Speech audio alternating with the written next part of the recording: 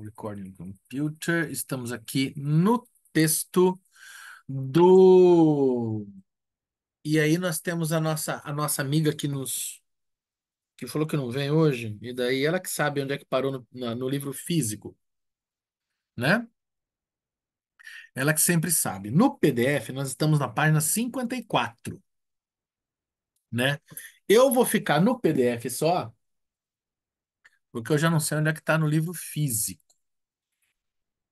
Eu vou sempre dar uma voltadinha, deixa eu ver se eu acho um laço bom aqui. Um parágrafo, né?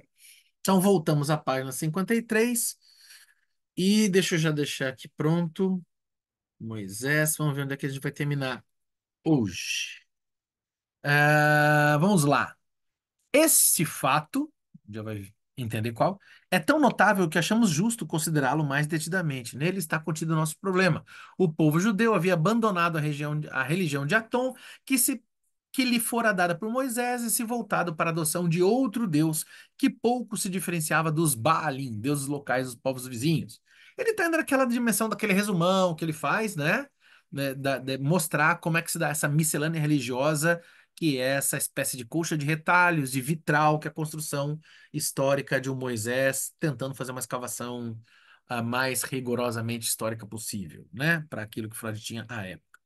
As tendências posteriores não conseguiram ocultar essa vergonhosa situação, né? Ele tem esse Deus tem uma origem profana, vamos colocar assim, que não é judaica. Mas a religião mosaica não desaparecera sem traços. Dela fora conservada uma espécie de lembrança, uma tradição talvez obscurecida e deformada. E foi essa tradição de um grande passado que prosseguiu atuando como que do segundo plano, aos poucos adquiriu cada vez mais poder sobre os espíritos e, por fim, alcançou transformar o Deus Jeová no Deus mosaico e, novamente, vivificar a religião de Moisés, introduzida séculos antes e depois abandonada. Eu me lembro que ele tinha visto isso mesmo, que ele vai mostrar que, assim, a religião vinda do Moisés egípcio, ela vai ser soterrada por outras tradições e depois por determinados movimentos aí estratégico-políticos da gestão ali das culturas, dessa formação de culturas, ela vai acabar reaparecendo e se fundindo. Então, a ideia de Jeová, que vem dos povos ali pré-árabes, vai acabar se fundindo à ideia do monoteísmo egípcio e se configurando, juntando com mais outros costumes para formar isso que nós entendemos como religião mosaica e judaica. Uma tradição caída no esquecimento voltou a ter um efeito poderoso na vida psíquica. Eita, me perdi aqui. De um povo. Eis uma ideia que não nos é familiar. Encontramos-nos num âmbito da psicologia das massas, né? Ele está citando aqui a obra Psicologia das Massas, né? E que ele já tinha colocado que está em franco diálogo, né? Em que não nos sentimos em casa. Olhamos em volta em busca de analogias de fatos de natureza pelo menos semelhante, ainda que em outros âmbitos. Acreditamos que podem ser achados. No tempo em que o retorno da religião mosaica estava sendo gerado entre os judeus, os gregos se achavam em posse de um rico tesouro de lendas genealógicas e mitos de heróis. Sabe o que eu tô achando? Eu tô achando que essa parte aqui a gente já leu. Deixa eu ver. Não, não, já leu, mas a gente terminou essa página, tá certo. Ele vai para a Grécia agora. Eu me lembro até que eu falei no encontro passado sobre a questão da formação da Grécia, de como a Grécia ela recupera.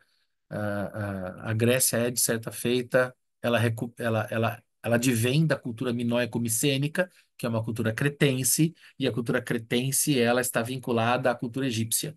Então, de uma certa feita, a cultura grega ela é não somente, mas um pouco debitária. Debitária, a palavra? Pode ser. Ela é um pouco devedora, né, da cultura egípcia. Inclusive, hashtag fica a dica, tem um livro chamado História da Arte, do Ernest Gombrich. E ali você tem uma explicação pela obra do Discóbulo, aquela obra que a gente conhece, que é grega, mas o que a gente vê é uma cópia romana, né? O Discóbulo e o Gombrich, ele mostra como que o Discóbulo, o cara que fez o Discóbulo, ele adapta a regra da frontalidade da estatutária egípcia para aplicar na ideia de movimento das estátuas da cultura grega, mostrando que sim, há um link cultural, artístico da cultura grega advinda da cultura egípcia, passando pela cultura da ilha de Creta, que é a cultura minoico-micênica. Então, sim, é aqui que a gente está. Vamos lá. Fábio, Ui. Fábio, isso daí porque a ilha de Creta era, eu vi, não sei onde se eu estiver errado, tu me corrige. Parece que ali era um ponto de grande efervescência filosófica, né? Que recebia navegantes, né? Do Egito, se eu não me engano, Pérsia, Fenícia. Então ali começou uma efervescência de cultural e filosófica muito grande, não foi por isso? Sim, sim. Tanto que quando o dia que eu consegui me aposentar, uma das coisas que eu gostaria de ler é uma obra de um historiador chamado Fernand Braudel. Eu li uns pedacinhos só, ela é gigantesca. Se chama O Mediterrâneo e a Mediterraneidade, a época de Filipe II. E é legal porque ele fala assim: olha, o verdadeiro protagonista do que a gente chama de história europeia é o Mediterrâneo. Que o Mediterrâneo é a internet da antiguidade, né? E da Idade Média. E da Idade Moderna também, né? Então, dos que a gente chama de. Isso, óbvio, estamos falando de Ocidente, né? O mundo não é Ocidente, a história não é só Ocidente, mas o Ocidente é bastante coisa. Então, assim, pensando até um olhar até bastante eurocêntrico até. Mas, para a gente pensar a construção dessa cultura europeia, e não só europeia, porque afinal tem o Egito, a Grécia, é Europa, só que não, né? Assim, em termos de cultura, a Fenícia, que é o Líbano, que é muito importante nesse jogo, Marrocos e tal. Mas a ilha de Creta, os cretenses, eles estão no meio do Mediterrâneo, né? Eles estão literalmente no olho do Mediterrâneo. Então, essa dá uma centralidade muito grande, né? Daí eu me lembro que no encontro passado eu até terminei o encontro falando da história que na mitologia grega, os gregos explicam o nascimento de Zeus, quando Zeus, naquele joguinho lá que os jovens adoram lá, o God of War, que é um jogo lindo, né? Aparece essa cena que a Réia, ela dá os seus filhos para Cronos devorar, mas tem um que ela olha e tem pena, pega uma pedra, enrola num manto e dá pro Cronos, que é o deus do tempo, né? O titã do tempo, diz para emular, para simular o filho, e salva esse menino de ser devorado pelo tempo. E pega esse menino e esconde. Onde? Na ilha de Creta. E esse menino, ele vai mamar na cabra malteia, que a gente foi ver na aula passada lá que tem. Pode ser a cabra, pode ser a deusa, a ninfa que é dona da cabra, cabra amalteia. E quando Zeus mama na cabra, escapa da boca dele o leite. Esse leite que escapa da boca de Zeus mancha o céu. E quando você vai de noite no meio. Eu acho que você está lindo. Você vai no meio da noite no descampado e você olha e você vê o centro da Via Láctea, né? E é por isso que ela chama Via Láctea, porque é o leite que escapou da boca de Zeus mamando na cabra malteia e tá lá no céu a Via Láctea, né? Então olha que louco. O nascimento de Zeus, que é o deus grego por excelência, se dá na ilha de Creta, né? Então a questão grega tá, né? A formação da cultura bíblica passa pela Grécia, enfim. O Ocidente passa pela Grécia, né? Você tá feito. Onde nasceria todo o conhecimento, né? É, Que é, nós temos hoje. Ou é. pelo menos uma grande parte do conhecimento ocidental, né? No ocidental, é. Então o Freud vai para Grécia e eu lembro que é aí que a gente parou mesmo, que a gente parou mais para baixo, né? Mas é isso aí mesmo, né? Até eu brinquei que o Freud vai piorar as coisas, né? Que ele vai para Grécia agora, né? Olá, Francisca, seja bem-vinda. Belezinha? Qualquer coisa para a gente. Vamos lá então. No tempo em que o retorno da religião mosaica estava sendo gerado entre os judeus, os gregos se achavam em posse de um rico tesouro de lendas genealógicas e mitos de heróis. Acredita-se que no século IX ou VIII surgiram os dois épicos homéricos que extraíram seu material desse ciclo de lendas.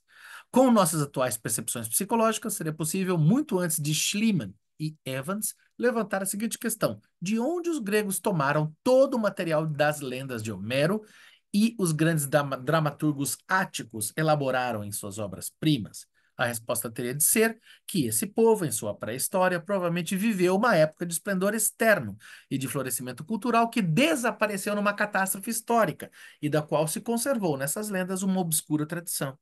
As pesquisas arqueológicas de nosso tempo confirmaram essa conjectura, que certamente teria sido vista como audaciosa demais então. Essas pesquisas descobriram evidências da formidável cultura minoico-micênica, que existiu na Grécia continental e provavelmente chegou ao fim antes de 1250 a.C. Os historiadores gregos da época posterior praticamente não fazem menção a ela. Há apenas a observação de que houve um tempo em que os cretenses dominavam os mares, o nome do rei Minos e seu palácio, o labirinto, o famoso Minotauro lá, né? Isso é tudo, nada mais restou dela, fora as tradições a que os poetas recorreram, né? Também se tornaram conhecidas as epopeias de outros povos, de alemães, hindus, finlandeses. Cabe aos historiadores da literatura, e deu trabalho aqui, ó, investigar se sua gênese permite supor as mesmas condições que no caso dos gregos. É o Freud querendo chamar a gente para trabalhar aí, gente, né? Homens do futuro, trabalhem, né? Creio que a investigação dará um resultado positivo.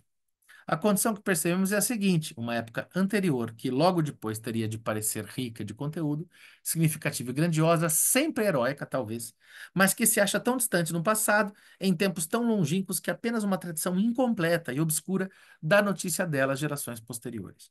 Causou admiração o desaparecimento da epopeia como gênero literário nas épocas posteriores. A epopeia de Gilgamesh, por exemplo, é bem anterior, né? O que consta, né? É. A explicação talvez seja que a condição para tal não mais se produziu. O material antigo fora inteiramente usado e a história escrita tomou o lugar da tradição para os eventos ulteriores. Os maiores feitos heróicos dos nossos dias não foram capazes de inspirar uma epopeia, e já Alexandre o Grande pôde se queixar de que não teria um Homero. Hum. Mas tem um ciclo. É que não, são epopeias, né? São epopeias, talvez não tão organizadas, mas é que é tudo cultura oral mesmo, né? Faltou quem as organizasse, né? Talvez. Tem um ciclo na Idade Média, tem um ciclo arturiano e tem um ciclo alexandrino, se não me engano, né? De Alexandre Magno, né? Se eu não estou enganado. Né? Não, mas não tem não, de Alexandre Magno não tem novela de cavalaria, tem de Carlos Magno, né? Se eu não estou enganado. É, é. Faltou para Alexandre o Homero mesmo.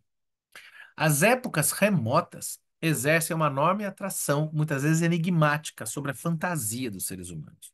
Sempre que estão insatisfeitos com o presente, o que sucede frequentemente, eles se voltam para o passado e esperam ver ali realizado o sonho jamais extinto de uma era de ouro.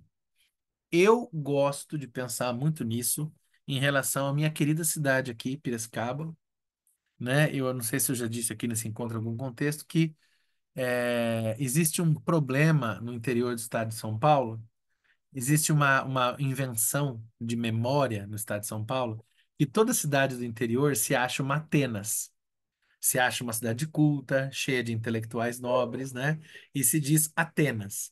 Então, várias cidades, eu já ouvi falar que Jaboticabal, por exemplo, se intitula Atenas Paulista. E Piracicaba também, arrogantemente, se intitula Atenas Paulista.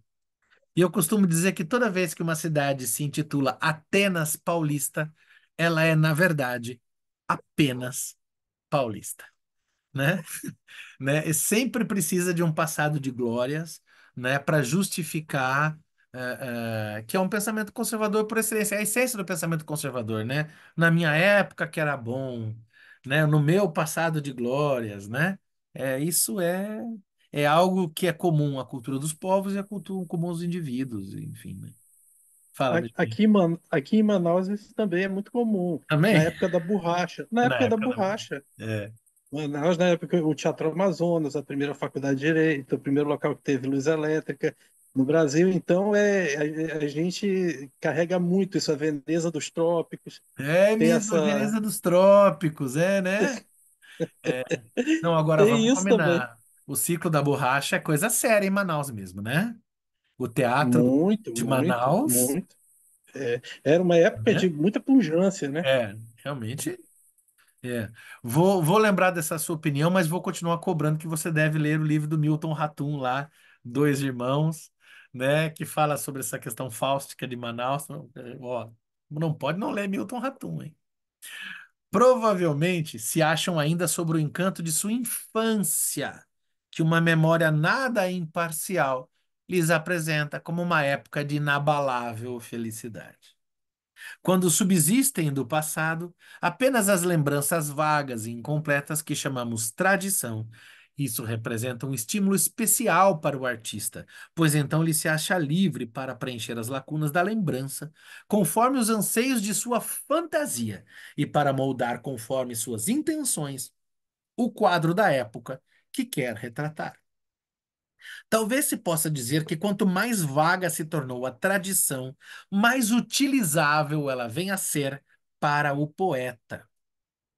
Assim, não devemos nos admirar da importância da tradição para a literatura, e a analogia com o caráter condicionário da epopeia nos tornará mais inclinados a admitir a surpreendente hipótese de que foi a tradição mosaica que transformou o culto de Jeová no sentido da velha religião mosaica entre os judeus. Mas os dois casos ainda são muito diferentes. Num deles, o resultado é um poema, no outro, uma religião. E neste último, supusemos que ela, sob o influxo da tradição, foi reproduzida com uma fidelidade para a qual a epopeia, naturalmente, não pôde oferecer contrapartida, de maneira que ainda resta de nosso problema o suficiente para justificar a necessidade de analogias mais adequadas. Será que eu vou achar fácil aqui? Não vou achar, viu? Deixa eu ver. Eu vou achar. Vocês me deem um segundo, porque tem um livro que responde essas inquietações do Freud. Quer ver?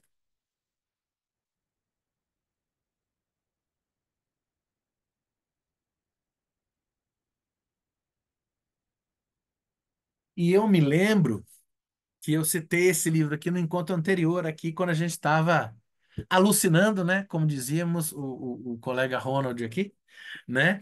E eu me lembro de ter citado esse livro aqui, O Mimesis, do Auerbach.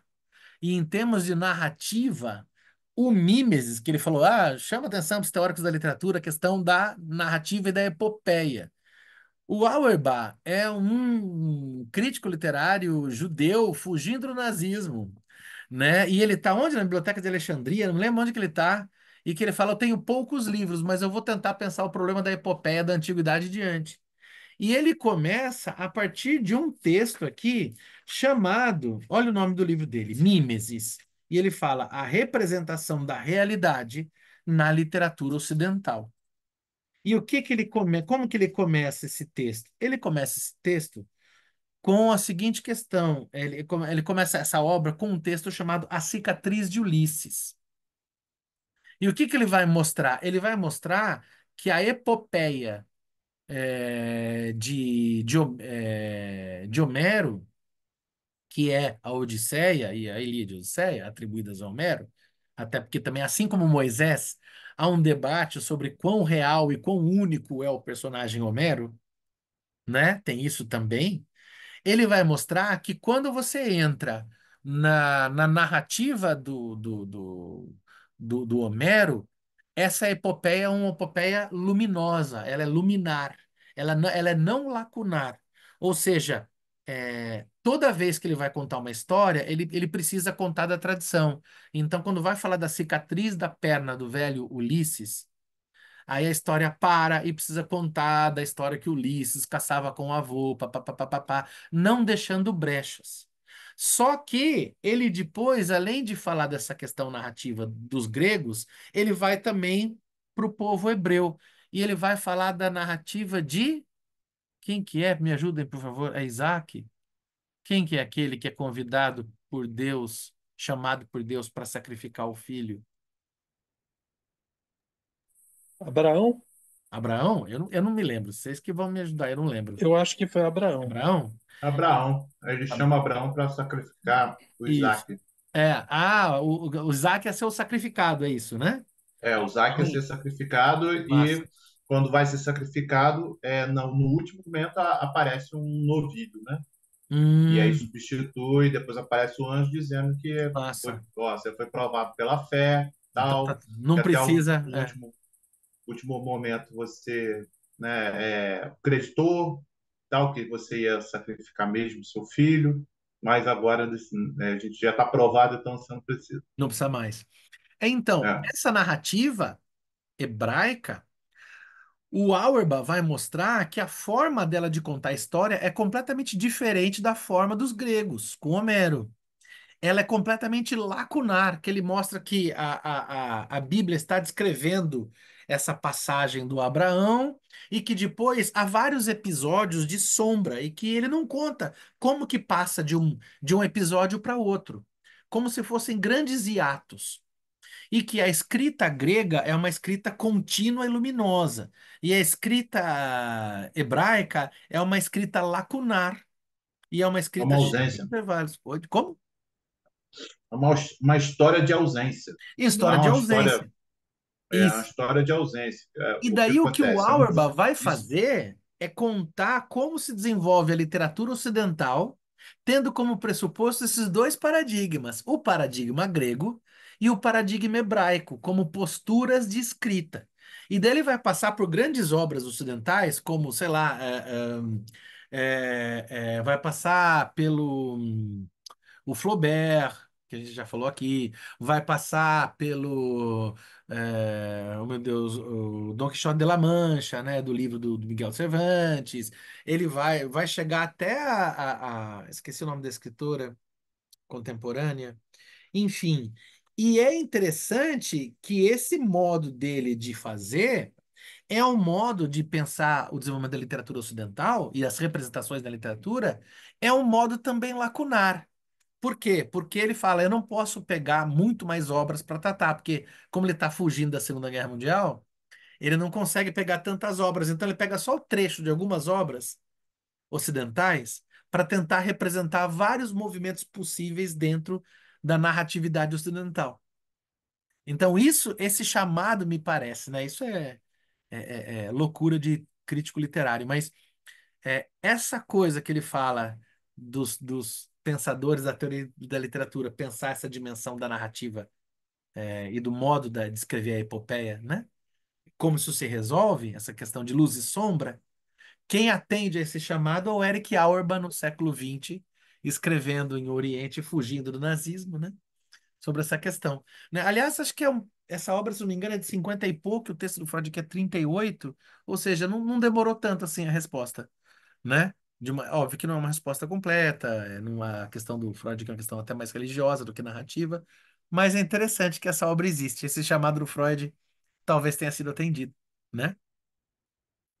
C. A analogia. A única analogia satisfatória com o singular processo que enxergamos na história da religião judaica se acha num campo aparentemente distante, mas é bastante completa, aproxima-se da identidade. Lá encontramos novamente o fenômeno da latência, o surgimento de manifestações incompreensíveis que requerem explicação e a pré-condição da vivência precoce, que depois é esquecida, e também a característica da compulsão que se impõe à psique, subjulgando o pensamento lógico, um traço que não aparece na gênese da epopeia, por exemplo. Eu não sei que o computador entendeu que eu estou erguendo a minha mão para tirar dúvida, é isso? E eu não sei por que que ergueu a mão aqui. Deixa eu ver se dá para. É chat, deixa eu ver, já é pause. Né? Eu não sei, tá? Eu acho que a máquina entendeu que você faz joia, ele que é joia. Desculpa aqui, tá? Tem uma mão levantada aqui, não vai ficar porque não sei tirar daí. Tá bom? Agora que eu vi que essa mão levantada fazendo aí. É... Essa analogia é encontrada na psicopatologia, na gênese das neuroses humanas, ou seja, num âmbito que pertence à psicologia individual, enquanto os fenômenos religiosos se incluem naturalmente na psicologia das massas. Veremos que essa analogia não é tão surpreendente como se poderia pensar à primeira vista, que, na verdade, constitui um postulado, né? Ou seja, ele está agora fazendo um movimento de que, olha, esse fenômeno, né, que é da repetição, é isso. Deixa eu voltar aqui, porque ele vai dar um turning point aqui, né? Lá encontramos novamente o fenômeno da latência, essa coisa do espera e depois resgata, né? Como acontece com Moisés, né? A religião fica dormente, depois ela volta. No indivíduo, o período da latência, a sexualidade infantil, aí você tem a latência, depois você tem a adolescência, não é? É alguma coisa que não é manifesta, né? Que Que não está é ali manifesta. pulsando. Uhum, certo. Passa para a ideia do retorno do recalcado, etc e tal, né? O surgimento de manifestações incompreensíveis que requerem explicação e a pré-condição da vivência precoce, que depois é esquecida, né, fica latência, e também a característica da compulsão, que se impõe à psique, subjugando o pensamento lógico, um traço que não aparece na Gênese da Epopeia, por exemplo. Ou seja, ele vai destacar duas coisas, que é a latência e a compulsão, né? E ele vai mostrar que essa analogia é encontrada na psicopatologia, na gênese das neuroses humanas. Ele fala, no indivíduo, esse é um funcionamento neurótico, né? Ou seja, no âmbito que pertence à psicologia individual, enquanto os fenômenos religiosos se incluem naturalmente na psicologia das massas. O que que ele está dizendo? Latência e repetição, não, e compulsão estão para a psicanálise do indivíduo, assim como latência e compulsão estão para a psicologia das massas, no caso aqui das religiões, né? Porque não é só das massas religião, tem vários fenômenos, psicologia das massas, né? Ainda mais num mundo tão massificado como o nosso, a gente encontra isso às tampas. Não é verdade?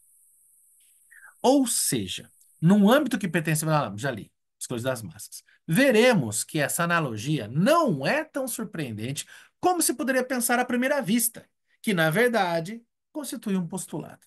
Denominamos traumas as impressões experimentadas cedo e depois esquecidas, às quais atribuímos grande importância na etiologia das neuroses. Não precisamos decidir se a etiologia das neuroses, em geral, deve ser vista como traumática. Eu queria entrar mais na palavra etiologia, mas eu estou inseguro agora. Não me lembro exatamente, porque não é etologia. Você, você,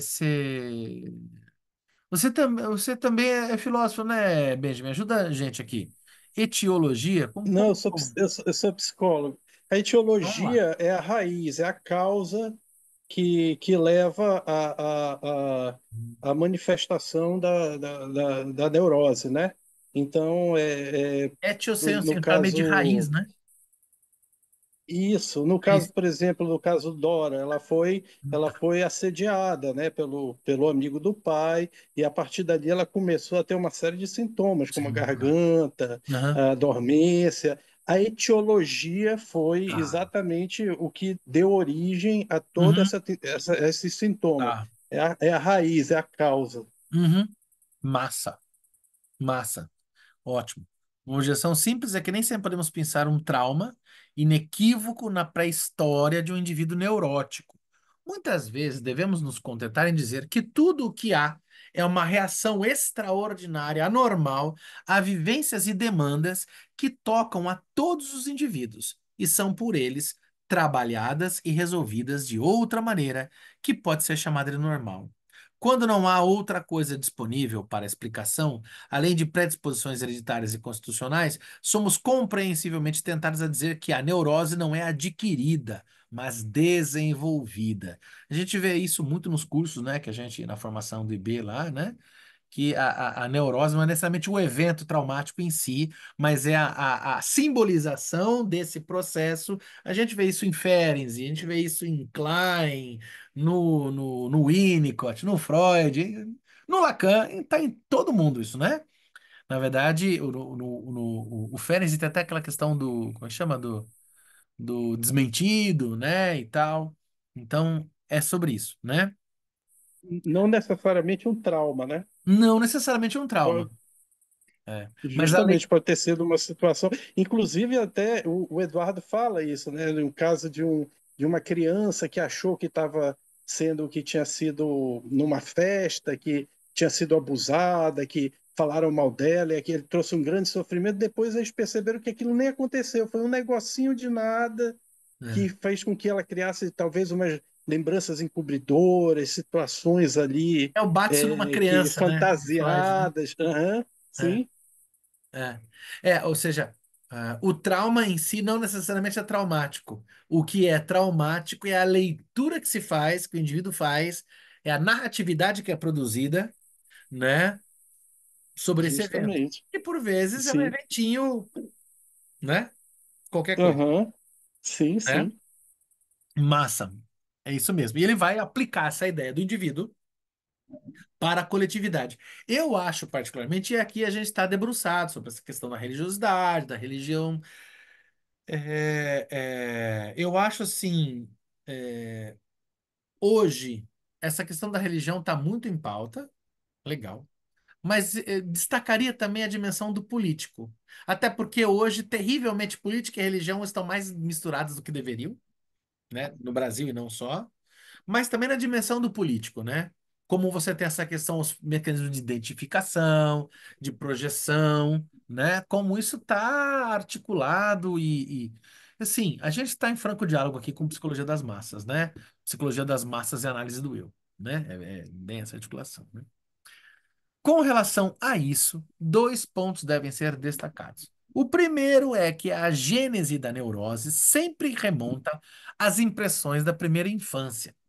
Em segundo lugar, é certo que há casos que designamos como traumáticos, porque os efeitos remontam a uma ou várias impressões fortes dessa época que escaparam a uma resolução normal, de modo que se poderia achar que, não tivessem elas ocorrido, a neurose não teria se produzido. Para nossos propósitos, bastaria que limitássemos a esses casos traumáticos a analogia buscada. Mas a distância entre os dois grupos não parece intransponível. É perfeitamente possível juntar as duas pré-condições etiológicas numa só concepção. As duas pré-condições causais, vamos, né, fazer essa substituição aqui, numa só concepção. Depende tão só do que definimos como traumático. Se é lícito supor que a vivência adquire o caráter traumático apenas devido a um fator quantitativo, ou seja, que em todos os casos a culpa está num excesso de demanda, quando a vivência provoca reações inabituais, patológicas. Podemos facilmente argumentar que, numa constituição, tem efeito de trauma aquilo que em outra não agiria assim. Disso resulta a concepção do que denominamos uma série complementar variável, em que dois fatores se juntam para produzir uma etiologia. A medida menor de um é compensada pela medida maior do outro. Em geral, há uma convergência dos dois, e apenas nos dois extremos da série podemos falar de uma motivação simples. Após essa reflexão, podemos deixar de lado como sendo irrelevante para a analogia que buscamos a diferença entre etiologia traumática e não traumática. Resumindo, trocando bem em miúdos, pouco importa o evento em si.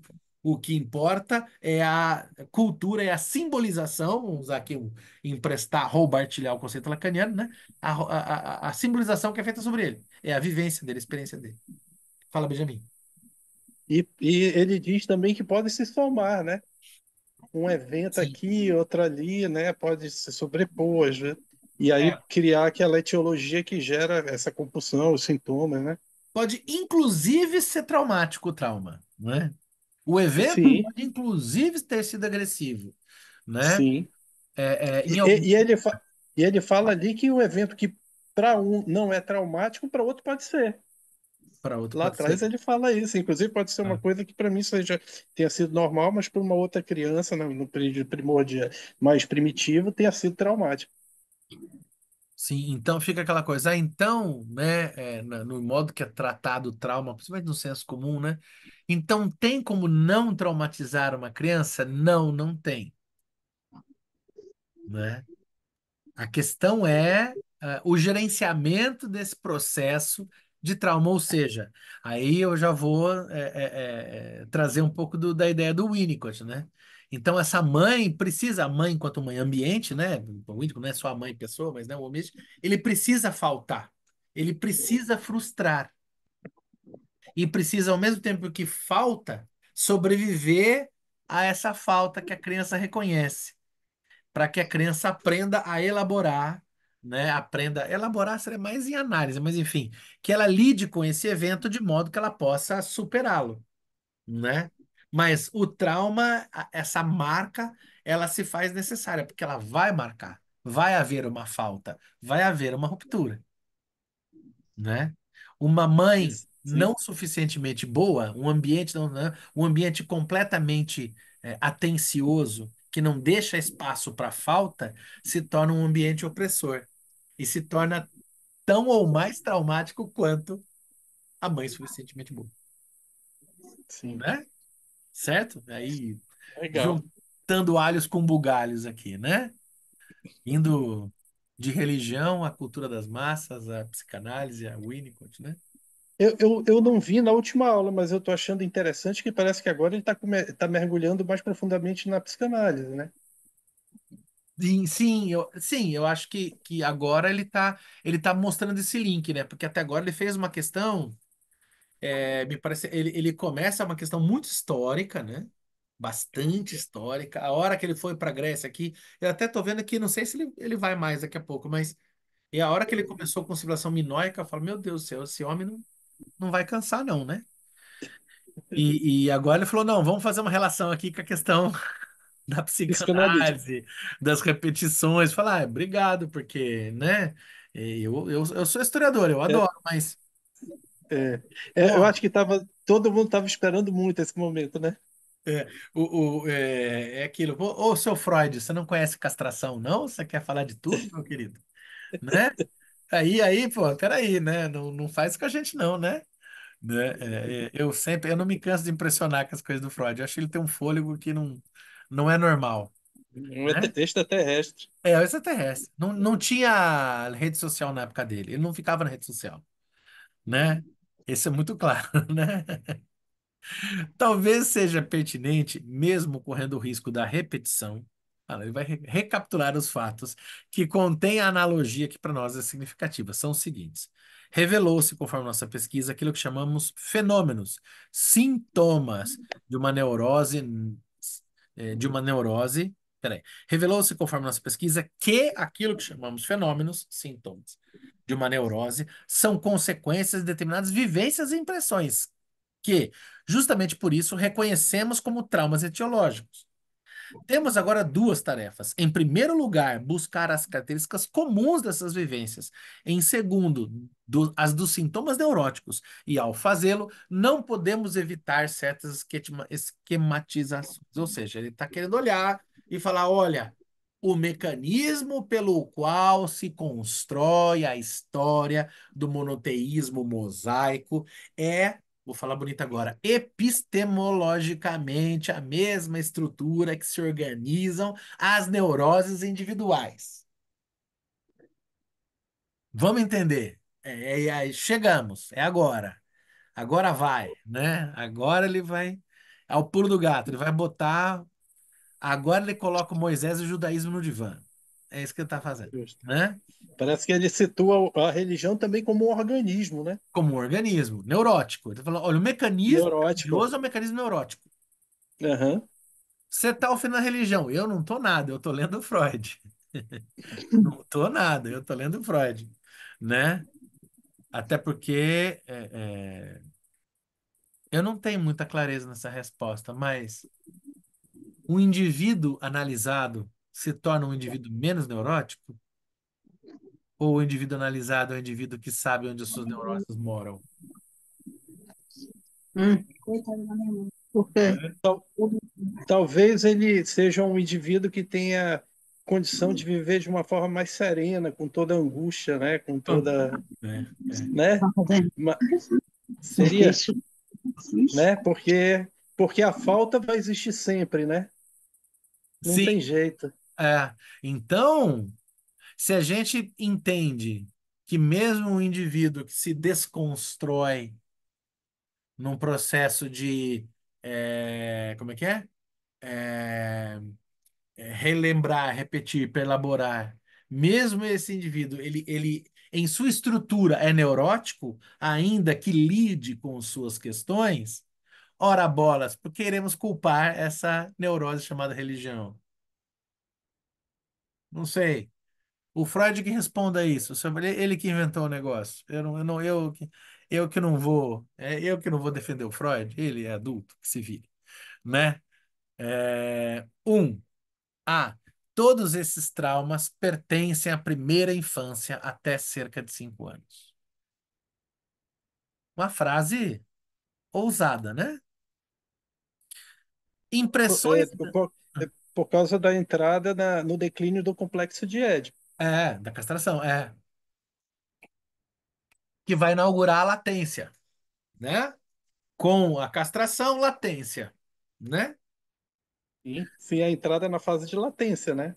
Quando É, ele sai de, quando ele sai quando ele tira a libido dentro do ambiente familiar e joga para o ambiente social, né? Quando ele está preparado para ir para a escolinha, para torcer pelo time, para fazer os amigos, para aham, entender limites, regras, ele já está todo preparadinho. Aí, quando há o declínio do complexo de Édipo, ele se projeta socialmente. sim, sim, massa, massa. Todos esses traumas pertencem à primeira infância até cerca de 5 anos. Ponto. Impressões da época em que a criança começa a falar são particularmente interessantes. O período de 2 a 4 anos aparece como mais importante. Não é possível determinar seguramente quando, após o nascimento, começa esse período de receptividade. E daí, se a gente for para Melanie Klein Winnicott, a gente vai ter outras coisas aqui, mas vamos deixar quieto. B. As vivências em questão são, em regra, inteiramente esquecíveis, inacessíveis à lembrança. Situam-se na época da amnésia infantil, em que muitas vezes é atravessada por resíduos minêmicos, isolados, as chamadas lembranças encobridoras, que o nosso amigo Benjamin falou aqui, inclusive. C. Elas dizem respeito a impressões de natureza sexual e agressiva, e também, certamente, a remotos danos sofridos pelo eu, ofensas narcísicas. Quanto a isso, devemos observar que crianças assim pequenas não distinguem claramente como farão depois entre ações sexuais e puramente agressivas, má compreensão sádica do ato sexual. A predominância do fator sexual é marcante, naturalmente, e exige consideração teórica, né? Ele fala, olha, na criança há uma espécie de blur entre, né, o que que é o sexual, o que que é o agressivo, e esses desentendimentos vão dar base para depois uma narração traumática, neurótica de um evento que que se julgaria traumático, né? Esses três pontos, o fato desses três traumas surgirem cedo, nos primeiros 5 anos, seu esquecimento e o conteúdo sexual agressivo são estreitamente ligados. Os traumas são ou vivências sofridas no próprio corpo ou percepções sensoriais, geralmente de algo visto e ouvido, ou seja, vivências ou impressões. A relação entre esses três pontos é estabelecida por uma teoria, um resultado do trabalho analítico, o único que pode proporcionar um conhecimento das vivências esquecidas, ou dito de forma mais viva, embora também mais incorreta, trazê-las de volta à lembrança. Eu queria chamar a atenção aqui a relação entre as pontos estabelecida por uma teoria. Eu me lembro em algum momento, eu acho que foi estudando, fazendo o curso de teoria da sexualidade em Freud com o Fabiano. Não sei, você fez esse curso, Benjamin? Né? Isso, o da Fez, sexualidade eu fiz, né? sim, É. fiz. Que tem algum momento que ou eu não lembro se é esse ou se é dos casos clínicos, e que ele fala assim, uma das coisas legais em Freud é que ele fala, olha, a criança tem uma teoria. A criança teoriza. Isso é Sim, muito legal, porque sim. antes do Freud, a criança que é um ser anjo, lindo, sem sexo e burro, né? O Freud fala: Uhum. olha, ela não é tão anjo, nem sempre ela é linda, uma vez que é perverso polimorfo, né? Ela tem sexualidade e ela não é nada burra. Ela teoriza. Teoriza. Ela teoriza, Teoriza. né? Essa teoriza Teoriza. vai dar problema? Um monte. Inclusive Ela teoriza. várias teorias, né? Várias teorias. Foi no caso clínico que a gente viu também, né? Aquela situação, acho que foi não sei se foi do Homem dos Lobos ou do foi dos lobos Eu acho que que mais dos o lobos, mas assim, todos, de uma certa forma, são teorias, né? Mas o homem dos mas lobos é uma que, coisa, né? que ele está desenvolvendo uma neurose com medo da castração, né? Aham. Se eu não me engano, foi a empregada que falou para ele alguma coisa com relação à castração. E na teoria infantil, ele acreditava que a mãe tinha um pênis. Então a criança realmente teoriza, ela tem as teorias infantis dela, que a mãe tem um pênis e que aquele pênis foi cortado pela castração e que o E dela por vai isso ser dele cortado pode ser para não. também. É. São teorias, e além dessa, tem várias outras, várias teorias que a criança novinha cria, né, a respeito da vida, da sexualidade, e que com o Uhum. tempo vão sendo, né, vão sendo debeladas e tal. Olha que legal. Tem um livro, não sei onde é que tá aqui. Tem um livro chamado. A gente tá falando de religião, então eu vou citar ele. Ninguém se ofenda, por favor, mas é tema religioso. Se chama O Demônio da Teoria. É de um crítico literário chamado Antoine Compagnon. E o demônio da teoria, ele fala o seguinte, que a teoria funciona como um demônio, quer dizer, o demônio, que a crítica funciona como um demônio para a teoria. Que você teoriza, é isso? Não, a teoria não, é o demônio da crítica, né? Que um é demônio do outro, né? Então, assim, que a criança faz a sua. Que aqui no caso o que a criança faria seria uma crítica, né? Ela faz uma crítica, uma narrativa crítica daquilo que ela viu. Ah, a mãe tinha pênis e perdeu, vão tirar meu pênis. Ah, eu quero o pênis do papai, blá, blá, blá, né? Teoria. Ela faz uma crítica, né, daquilo que ela vê. E o teórico. É o demônio da teoria. O teórico vai lá e faz a teoria da crítica, mostrando que, olha, não, pera lá, vamos limpar. É assim, ele faz uma leitura dessa crítica, né? Então, ou seja, se o teórico da literatura, ele é o demônio do crítico e da literatura, porque ele desmonta e desarticula para rearticular em outra coisa, então o psicanalista é o teórico da literatura do sujeito, é isso? Por que que eu tô falando isso? Eu tô puxando brasa para minha sardinha, por causa da teoria literária, claro que é. Mas olha que legal, o Freud me deu motivos agora para colocar Eu essa. acho que é inclusive isso que ele está falando aqui, hein? Ele está falando aqui justamente esses traumas, essas impressões Ah, que, apesar de não traumáticos, trouxeram impressões traumáticas, né? Vão ser, vão, não sofreram as construções corretas, né? Pelo causa hum, dessas teorias e tudo. E o analista vai justamente fazer essas construções que ficaram por fazer lá atrás, né? é. E aí que é justamente o entendimento, a compreensão, o insight, né? Eu só consigo pensar aqui, para ser mais literário, na figura do Dante Alighieri. O Dante Alighieri, ele vai, né, a trilogia da Divina Comédia, né, Inferno, Purgatório e Paraíso, ela começa com o Dante falando, né, nel mezzo del cammino de nostra vida, não sei o que, lá, estava numa selva escura, né, ou seja, no meio do caminho da vida ele está numa selva escura, é a porta do inferno. Só que ele não vai para o inferno sozinho, ele vai com Virgílio. O Virgílio, ele é uma espécie de interlocutor para Dante e para descer para o inferno. Ou, se a gente preferir, quem é o acompanhante desse que desce ao inferno ou que desce para a loucura é o Sancho Panza, que é aquele que acompanha o Dom Quixote por seus delírios. Ou, se a gente preferir, é o Senhor Watson, que é o médico que acompanha o Sherlock Holmes, Uhum, né? Pronto, uhum. temos o lugar do analista, tá? Não podia, né, deixar de me divertir com isso que está sendo dado aqui, né? Legal, massa. Vamos lá, vamos mais um pouquinho. Os traumas ou vivências sofridas no próprio corpo, ou percepções sensoriais, geralmente de algo visto e ouvido, ou seja, no próprio corpo, ou percepções sensoriais. Nossa, eu voltei. Mente de algo visto e ouvido, ou seja, vivências ou impressões. A relação entre os três pontos é estabelecida por uma teoria, um resultado do trabalho da criança que teoriza, né? Um resultado do trabalho analítico, o único que pode proporcionar um conhecimento das vivências esquecidas ou, dito de forma mais viva, embora também mais incorreta, trazê-las de volta à lembrança. Porque não vai trazer a lembrança, porque vai reelaborar essa ausência. Que você tem uma falta e vai reelaborar essa falta.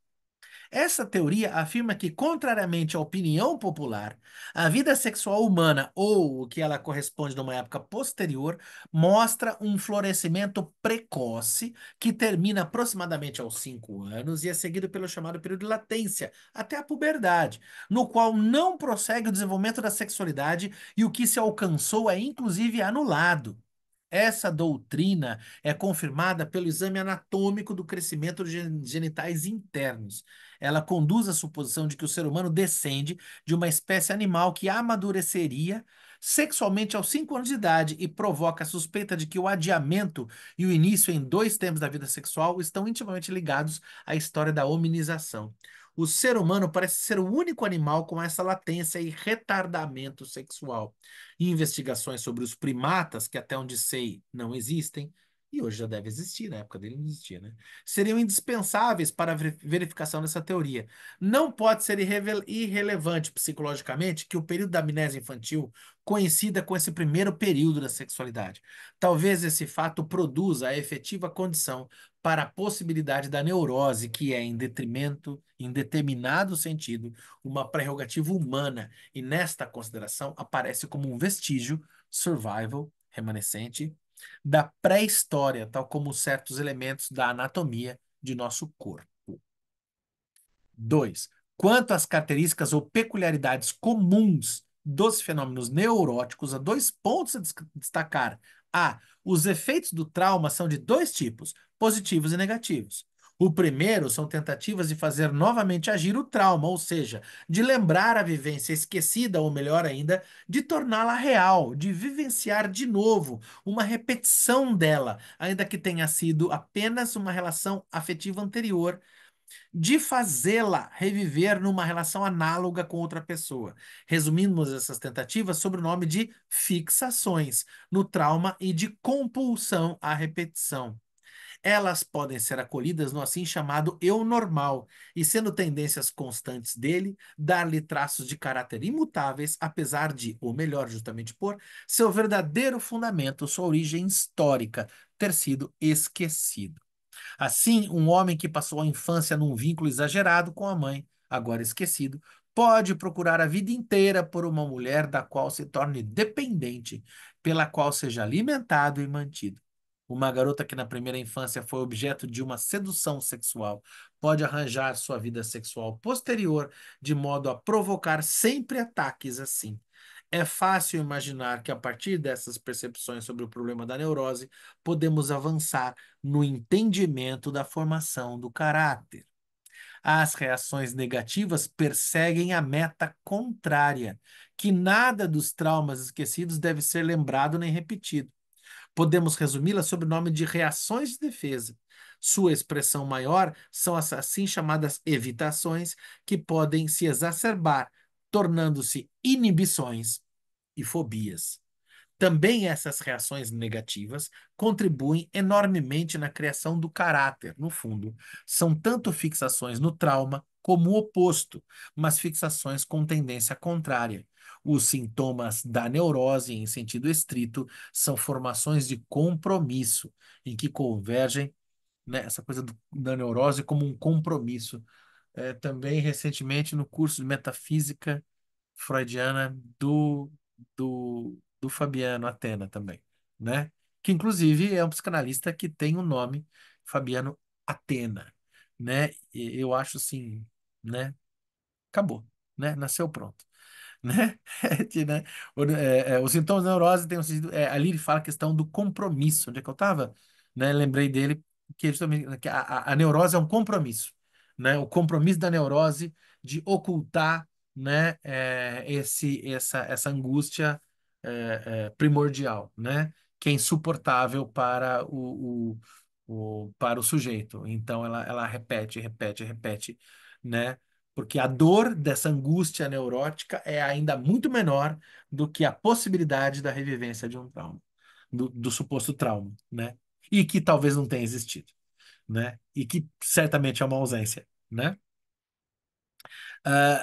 De maneira, os sintomas da neurose, em sentido estrito, são formações de compromisso em que convergem os dois tipos de tendência oriundos do trauma, de maneira que, ora uma, ora outra direção neles se exprime predominantemente. Nessa contraposição de reações, são produzidos conflitos que não podem se concluir de forma regular. E eu vou parar aqui na página 58. Vamos lá. Enfim, PDF, página 58. Resumindo, o Freud agora está fazendo a ponte na dimensão da construção neurótica dos traumas infantis, da questão encobridora, da questão do período de latência, porque simplesmente daqui a pouco ele vai falar, então, aquilo que a gente viu lá no Moisés, como que um fenômeno macroscópico do macrocosmo, que é populacional, religioso, coletivo, reproduz em termos de estrutura algo que é neurótico, que é individual, que é próprio do sujeito, Isso mesmo. É né? exatamente isso. Ó. É aqui que a Uhum. gente está. A gente está nesse E, link, essa- uma coisa e e- e outra, esse, e esse né? link é que é tudo, né? Que a gente Que é, está aqui esperando. que é a delicinha da coisa, né? Antes era legal, mas só fica melhor, né? Aham, É aham. essa coisa do fã-clube de Freud. Francisca, minha querida, tudo bem por aí? A gente falando. A senhora está quietinha. E aí? Se você quiser ligar aqui o seu microfone, que tá. Meu telefone Oi, tá o quê? liga o Estamos microfone aí. ouvindo a senhora. Opa, mudou Desliga. de novo. É, clica no microfoninho de novo. Você tá aí? Oi, Tô, Agora, tô aqui. Peraí. É porque eu tô toda perdida. fica tranquila. Deixa eu deixa eu me achar. já estamos Peraí. ouvindo a senhora. Fica à vontade. Tá certo. Não, tudo bem. Dê continuidade. Quando eu me organizar aqui, aí eu falo. Não, tudo bem. Não, por hora a gente vai ficar por aqui hoje. A gente começou atrasado, eu Ah, peço desculpa a todos. eu queria Oi. esse texto de hoje é a continuidade de Moisés de Monoteísta, é? Sim, Moisés Monoteísmo, nós estamos na página, deixa eu ver, eu parei no PDF na página 58, né? Esse PDF, você poderia repassar Como para é eu que é? poder. Você Eu- poderia mandar o PDF para mim? Mando, Lá no mando, grupo, mando lá no grupo, Ah, tá ok. tá? Deixa eu ver, Tá aproveitar ótimo. esse tempinho. Deixa eu ver, a gente vai entrar nesse B minúsculo aqui e agora fica Sim, fácil de achar aqui no livro impresso. Esse C, deixa eu ver aqui, quer ver? Deixa eu ver, a gente tá no 58, no 2, no 1. A gente tá aqui no analogia, tá? Então no 1, quer ver? A gente passa 1A, 2. Estamos no 2, né? 2. Então é isso, ó. A gente tá. Então, deixa eu pegar um sticker novo aqui, só para a gente ter marcado. Então, a gente está no livro, na página 107, no livro impresso na Companhia das Letras. No PDF, a ah, gente está na 58, na Companhia das Letras, a gente está na página cento e certo. sete. sete, né? Ok, Tá Uhum. certo. certo? Para a gente, até gosto de falar no final do texto, ó, para a gente ter uma noção, a gente está na 107 e o nosso Moisés Monoteísmo inteiro vai até a 189. Pode parecer muita coisa, mas em poucos encontros a gente leu 100 páginas, né? Tu Sim. lê rápido, viu? Você lê muito rápido, É. o que é bom. Isso é um elogio ou é uma Já, crítica? É um Ah, elogio, que que você bom. lê rápido, mas a gente compreende bem e acompanha. É, é, legal. É isso mesmo. obrigado, fico feliz. É porque assim, é um jogo dialético mesmo, né? Porque assim, eu penso, se a gente parar muito, não termina nunca, né? E é óbvio que a gente quer terminar, né? Agora também, se Uhum. É, a gente não parar nada, aí também não entende, né? Então é sempre um. é. Isso. Tem Fica que ter um muito, equilíbrio, né? fica É, muito, a gente perde muita explicação se não parar nada, né? é. Como diz Uhum. aqui no interior, tem que estar sempre com um olho no peixe e outro olho no gato, né? É. Pô, Mas tá legal. Que e bom. chegamos já na metade, né? Na metade, pô. Não, Tá legal, né? vendo? E agora, por favor, viu? Isso é um pressuposto nosso aí. Vocês parem, viu? Falou, não tô entendendo, relê. Assim, a leitura é pra gente. Eu costumo falar isso nos outros grupos aí que eu participo, e coordeno, que é o seguinte, eu não tenho medo de estudar, não. Fala assim, vamos até julho do ano que vem, vamos até julho do ano que vem. Ué, a gente não tá com pressa de morrer, por que que a gente tem que terminar as coisas da vida logo? Não tem, né? Então a gente vai. Aqui a nossa temática é Freud e a religião, é isso? A É, gente depois vai eu buscar acho. outra, Eu acho que Totem e tem, Tabu, tem Psicologia das Massas, tabu, do aham, eu, né? sim, o Fala, futuro de uma Francisca. ilusão. Liga aí o microfone, Francisca, diga aí. Tá no mute, isso. Não, é que eu acho muito legal o Totem e Tabu. Então, assim, Totem e Tabu. É. é, Porque Psicologia das é Massas. muito, ali é muito ensinamento, ali tem muito aprendizado, né? É, Ótimo. eu acho que Totem e Tabu é uma pedida, porque o Psicologia das Massas, análise do eu, ele é fundamental para esse texto também, mas é aquilo, o Psicologia das Massas, ele não está na religião, né? Ele está falando de política, de futebol, de fascismo, né? Ele está articulando Ah, tá. várias coisas, né? Que Tu podem ser sabes, religiosas ou não. tu Oi. sabes um texto que fala muito de religião e de uma forma muito crítica, é o futuro de uma ilusão. O futuro de uma Eu ilusão. também. É, É muito legal o esse futuro de uma texto. Muito, ilusão. muito, muito É. legal. Eu acho que a gente tem que ler tudo. Que Aham, deixa que a morte castre. Enquanto estamos vivos, estamos fazendo. aham. É verdade. A morte que nos pare. Até lá, lamento, não é? E você pode achar que você para a morte aqui, porque você morre aqui, mas pode dar continuidade onde você estiver, né? Ué, se lá tiver Freud, a gente fala pessoalmente com ele, né? É, Aham. Pois é. Vai lá que a aí, Legal. gente vai fazer grupo de estudo com ele, né? é ele que puxa as leituras lá de lá. Não, então, pô, legal. Quero ir para esse Pô, ia É ser uma lugar. ótimo, hein? riqueza, Aí, é uma porra, riqueza fazer grupo de estudo imagina, com nossa ele. senhora, é um sonho, né? Maravilha. Muito bom, muito bom. Na verdade, a gente não vai patrulhar, a gente só vai ter orientação pessoal, né? É isso aí, né? É supervisão, Verdade. né? Supervisão. Sensacional. Quando a gente for daqui, já estudou tanto ele que É, quando chegar lá ele só vai fazer os acertos. vai aparar as arestas. É isso aí, Que gente. legal. É, Verdade. muito obrigado pela presença. Logo, logo eu ponho no ar para quem não assistiu dar uma olhada. E semana que vem estamos de volta. Obrigado. Desculpa a Tá, Obrigada, digo demora. eu, né? Valeu. Eu tive um problema com a bri- internet aí, mas semana que vem, 5 horas normal. tá já. Obrigado, Ótimo. Valeu, Fábio. gente. Um Até abraço, mais. dona Francisca. Valeu, dona Francisca. Obrigada. Valeu. Obrigado, Abraço Janine. também no final de semana para todos, tá? Obrigado, você também. Igualmente. Tudo de bom. Valeu. Tá, tá.